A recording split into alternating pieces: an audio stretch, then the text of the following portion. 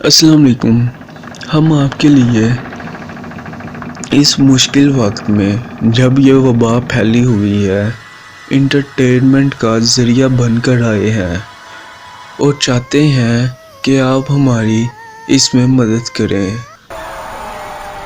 ہم آپ کو بہت سی کہانیاں سنائیں گے جس میں بچوں کی کہانیاں، ڈرونی کہانیاں، فیری ٹیل کہانیاں اور بہت سی کہانیاں، کیونکہ ہمارا چینل کا نام ہے اسٹوریز فار ایوری ون۔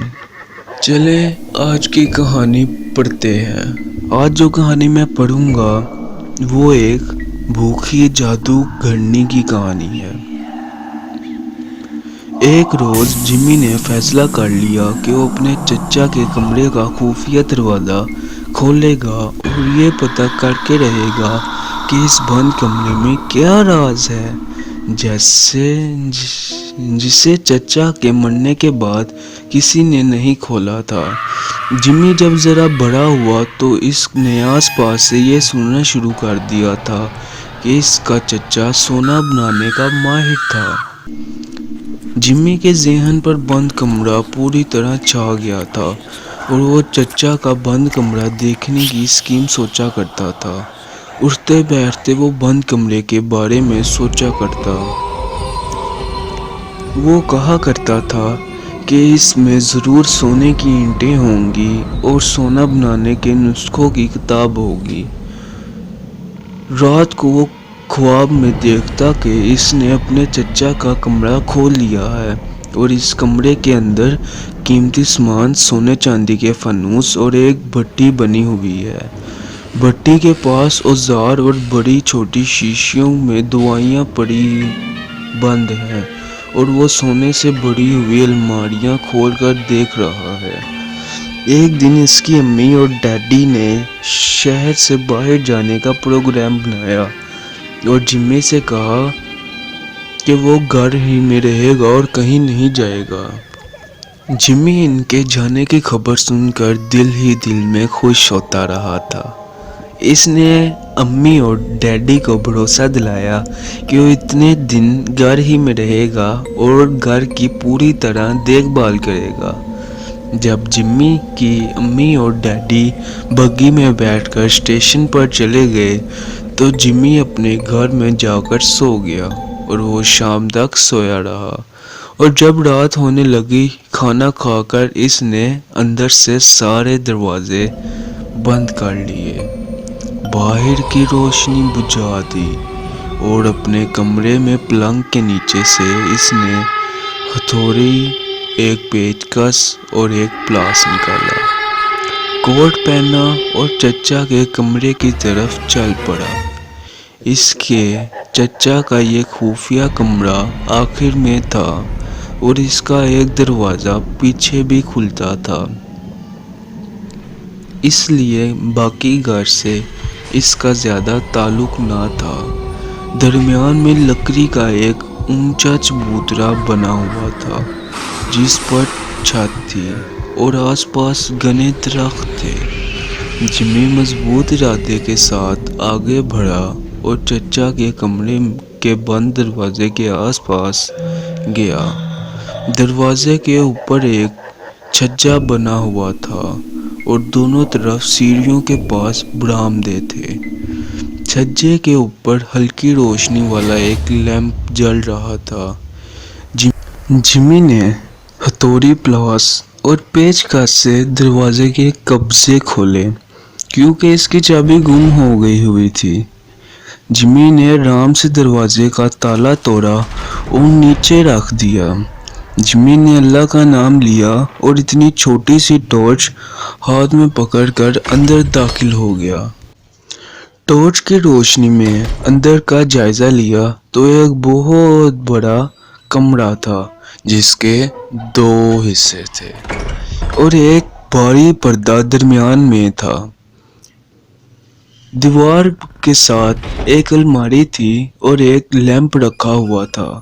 جمی نے اس حصے کی روشنی کے نظام کو دیکھا اور اسے دیا سلائی مل گئی جس سے اس نے لیمپ جلایا۔ اب اس کمرے کی ہر چیز صاف دکھائی دینے لگی۔ جمی نے قدم آگے رکھا تو اسے درمیان میں ایک بھٹی نظر آئی۔ جمی حیران سا ہو گیا کیونکہ بھٹی ابھی گرم تھی اور جمی کو فوراً ہی یہ بھی پتہ چل گیا تھا کہ اس کمرے سے ابھی کوئی اٹھ کر گیا ہے۔ جمی کے بدن میں خون کی گردش رک گئی تھی۔ اس نے اپنے خشک ہونٹوں پر زبان پھیری اور دل میں کہا، تو کس مصیبت میں پھنس گیا ہے؟ نہ جانے اب تمہارے ساتھ کیا ہونے والا ہے۔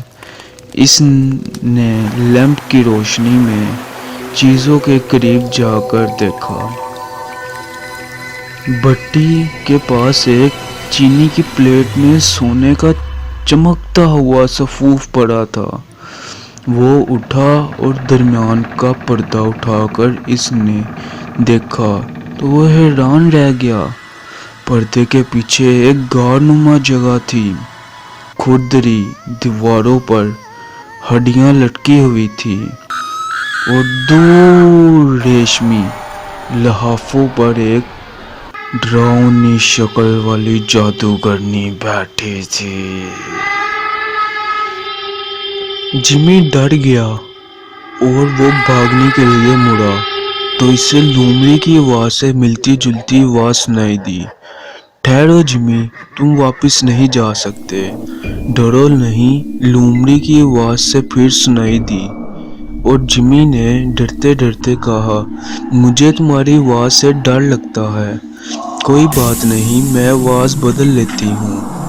جادوگرنی کی آواز فوراً بدل گئی اور اب اس کی آواز ایک بڑی اچھی پیانو جیسی تھی، جیسے کوئی پیانو بجا رہا ہو۔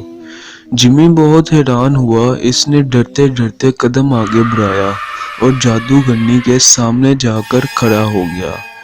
کہنے لگا، مجھے معاف کر دو، اب میں یہاں کبھی نہیں آؤں گا۔ معافی مانگنے کی کوئی ضرورت نہیں، میں تو خود تمہارا انتظار کر رہی تھی، جادوگرنی نے کہا۔ یہ سن کر جمی اور بھی حیران رہ گیا کہ جادوگرنی خود اس کا انتظار کر رہی تھی۔ جمی نے پوچھا، تم کس لیے میرا انتظار کر رہی تھی؟ اس لیے کہ جب سے تمہارا چچا غائب ہوا ہے میں بھوکی ہوں اور مجھے پتا تھا کہ تم ہی میری بھوک مٹانے کا بندوبست کر سکتے ہو۔ جمی نے پوچھا، میں واپس جاتا ہوں اور باورچی خانے میں کچھ ہے، کھانے کو لے آتا ہوں۔ نہیں، باورچی خانے میں جانے کی ضرورت نہیں ہے، جادوگرنی نے کہا اور جمی نے پوچھا، تو پھر جو تم کہو وہ میں کر دیتا ہوں۔ بس ٹھیک ہے، تم ایسا کرو، اس کے اندر لکڑیاں ہیں، وہ اٹھا کر لاؤ اور انہیں بٹی سے آگ لگا کر جلا دو، میں آگ کا ناشتہ کرتی ہوں۔ آگ کا ناشتہ؟ اف، توبہ میری یا اللہ توبہ، میں کہاں پھنس گیا، جمی نے دل میں کہا اور ماتھے کا پسینہ پونچھ کر اس نے لکڑیوں کا ڈھیر جمع کیا۔ دوسرے حصے میں جا کر بھٹی سے آگ لایا اور اس نے لکڑیاں جلانا شروع کر دیں۔ جیسے جیسے لکڑیاں جل رہی تھیں اور آگ کے شعلے اٹھنے لگے تھے، جادوگرنی خوش ہو رہی تھی اور اس کے اندر کو دھنسی ہوئی آنکھیں آگ کی طرح چمک اٹھی تھیں۔ اس نے جمی سے کہا، تم بہت اچھے لڑکے ہو جمی۔ یہ کہہ کر جادوگرنی نے آگ کھانا شروع کر دی اور دیکھتے ہی دیکھتے اس نے آگ اس طرح کھانا شروع کر دی جیسے کوئی بنا ہوا گوشت کھا رہا ہو۔ جمی حیران پریشان اسے دیکھ رہا تھا۔ جادوگرنی نے جب آگ کا ناشتہ کر لیا تو کہا، میں نے تمہارے چاچا کے ساتھ اس شرط پر کام شروع کیا تھا تاکہ وہ مجھے آگ کا ناشتہ کرایا کرے گا، اس لیے اس نے اس غار میں ہزاروں من لکڑیاں جمع کی اور سونا بنانا شروع کر دیا۔ ایک دن اس نے آگ جلانے میں دیر کر دی تو مجھے غصہ آ گیا اور تمہارا چچا سونا بنانے والی دعاؤں میں ساتھ مل کر دھواں بن کر اڑ گیا۔